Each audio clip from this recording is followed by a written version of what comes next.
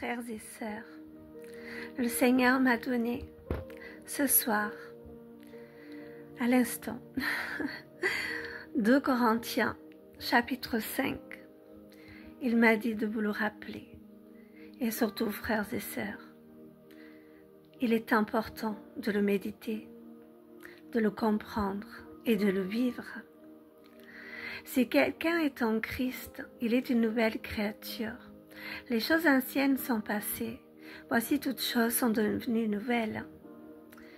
Et tout cela vient de Dieu qui nous a réconciliés avec lui par Christ et qui nous a donné le ministère de la réconciliation.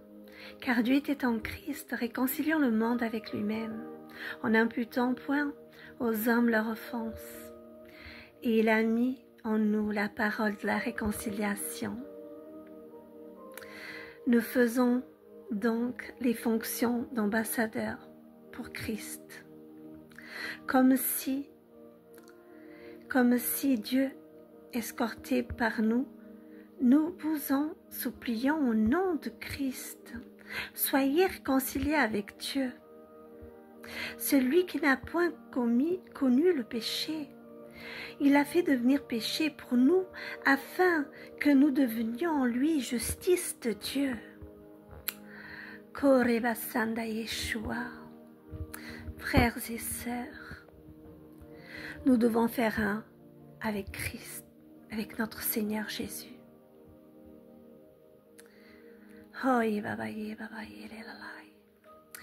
Il me dit de vous dire ce soir, nous sommes dans le monde, mais nous n'appartenons plus à ce monde. Nous ne pouvons plus continuer à marcher comme toutes les personnes qui n'ont pas encore connu le Seigneur, qui sont dans le monde. Frères et sœurs, aujourd'hui, nous savons avec qui nous marchons. Nous savons avec qui,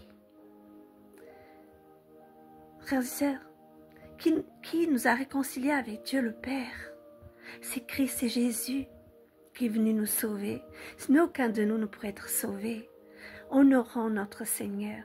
Soyons attachés au cep, comme le cep est attaché au Père, le vigneron. Les paraboles, on comprend ce que cela veut dire. Frères et sœurs, nous sommes les sarments. Nous devons rester attachés au cep. Si nous restons attachés au cep, à son amour, à sa volonté, à marcher comme lui, être des imitateurs de Christ, nous ne pouvons que porter des bons fruits, frères et sœurs. Les fruits seront bons, même très bons, parce que celui qui les nourrit, Baba Yeshua, est très grand, puissant, tout puissant. Il m'a donné aussi, donc toujours chapitre 5 de 2 Corinthiens, tout à l'heure je vous ai lu du 17 jusqu'au 21, les derniers versets de 2 Corinthiens, le chapitre 5. Là je vais vous lire chapitre 5 toujours. Mais le Seigneur m'a donné Baba Yeshua, le verset du 1 au 2. Alors je vais vous le lire, mes frères et mes sœurs. Nous savons en effet que si cette tente où nous habitons est détruite sur la terre, nous avons dans le ciel un édifice qui est l'œuvre de Dieu, une demeure éternelle qui n'a pas été faite de la main de l'homme. Aussi nous gémissons sous cette tente, désirant revêtir notre domicile céleste. Frères et sœurs, l'apôtre Paul il a achevé la course. Achevons la course. Frères et sœurs, faisons la volonté de Dieu. Continuons à annoncer l'évangile. Frères et sœurs, élargissons notre chemin.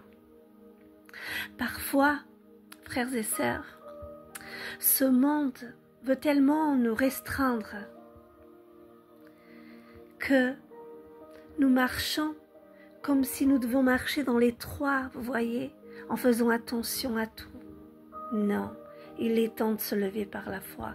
Il est temps de marcher plus large, d'être nous, d'être des chrétiens, d'être des chrétiennes, d'assumer qui nous sommes, d'être fiers de qui nous sommes,